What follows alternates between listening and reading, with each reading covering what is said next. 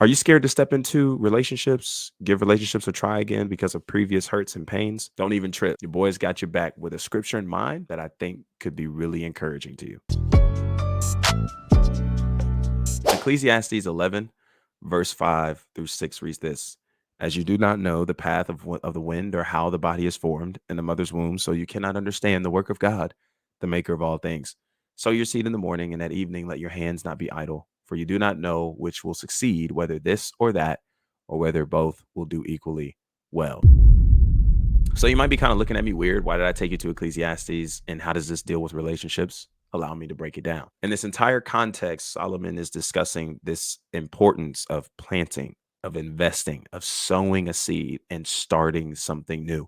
Because quite frankly, you won't really know if it's worked, if it will work, and how it'll go until you start. And that there's no such thing as a perfect day, a perfect opportunity, or waiting for the best and right conditions to start something afresh. And sometimes we can get so caught up in paying attention to all the conditions around us, whether that be ourselves, whether it's about what we feel we're lacking, what we feel we don't have enough of. Maybe we're waiting for that perfect time to then be able to send that message, waiting for that perfect opportunity to reach out to somebody or test the waters to see if we're really ready to engage in some kind of relationship altogether. And not just romantically. Of course, there's friendships and all those other kinds of relationships we can build. But I'm wanting to challenge you here by telling you that there's no such thing as a perfect day. There's so many things that you and I can focus on that we could then tell ourselves we're not ready for it. We can find something all the time to work on, something to grow balance in, to give relationships another try, to build another friendship, to get to know somebody,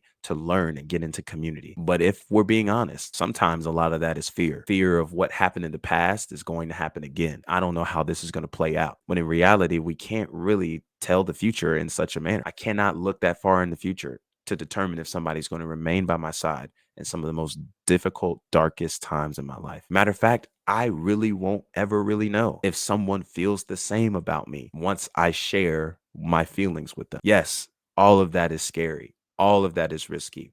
And all of that takes major vulnerability to step into. But because we won't ever know until we give it a try, my encouragement to you is to do it afraid. Let your ego down for a second. Let your pride go for just a moment and be willing to experience another relationship, another connection, another opportunity to build and get to know someone, another chance to build friendship and get involved in community, because there's so much that you don't know you're missing by not trying it. And ultimately, there's power in starting something new. And simply because we decided to move into a space of obedience, to really take this opportunity to God in prayer and seek his guidance and wisdom, there is an amazing blessing and multiplication that God can do when you start something new. You and I were never told nor instructed that we weren't going to be afraid to step into new things. Matter of fact, here's an even greater encouragement. God can still bless it. Bless the circumstance, the relationship, bless you, even while you're afraid, because you're doing it afraid. Obedience is the name of the game.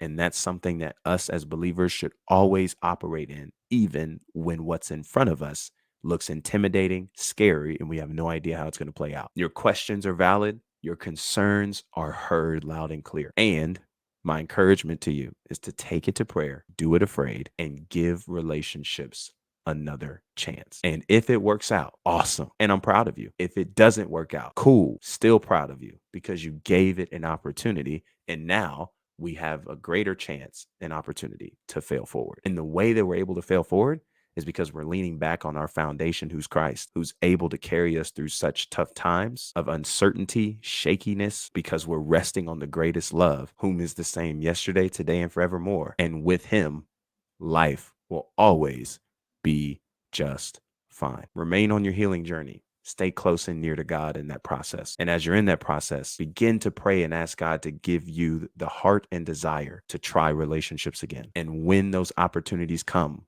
because they will come, opportunities for you to create them and opportunities for you to invest in them, give it a try, for you will not know which will succeed, whether this or that, or whether both will do equally well, as Solomon mentions in Ecclesiastes 11, verse 5 through 6. I appreciate you guys all so much for tuning into this video. If you like this kind of content, be sure to subscribe, like this video, and share this with a friend who may also be scared and intimidated to step back into building relationships with others again. I appreciate you all so much, and until the next conversation, be easy and be breezy, my friend. Hey, peace.